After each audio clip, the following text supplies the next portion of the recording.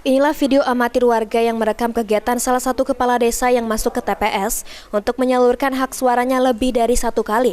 Dalam video tersebut, kondisi TPS sudah terlihat sepi lantaran waktu pencoblosan telah selesai. Tidak hanya sang kades, tetapi sejumlah masyarakat diketahui melakukan pencoblosan lebih dari satu kali. Diduga aksi tersebut dikoordinir oleh kepala desa untuk mencoblos calon legislatif tertentu. Dugaan pelanggaran pemilu ini terjadi di salah satu TPS yang berada di Desa Balayan, Kecamatan Kisam Tinggi, Kabupaten Oku Selatan.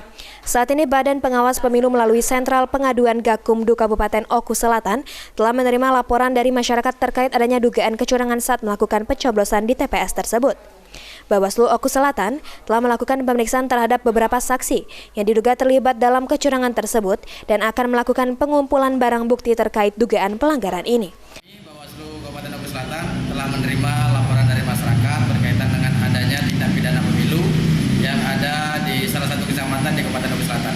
Kecamatan yang dilaporkan ini ada di Kecamatan Kisam Tinggi di Desa Balayan. Oknum terlapornya kepala desa.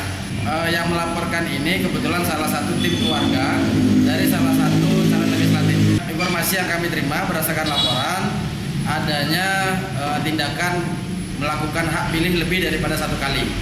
Kalau sejauh ini baru bukti video, kemudian keterangan yang akan kami gali sebentar lagi. Ini kami sudah melakukan pemanggilan untuk klarifikasi terhadap para saksi. Sri Fitriana, PAL TV.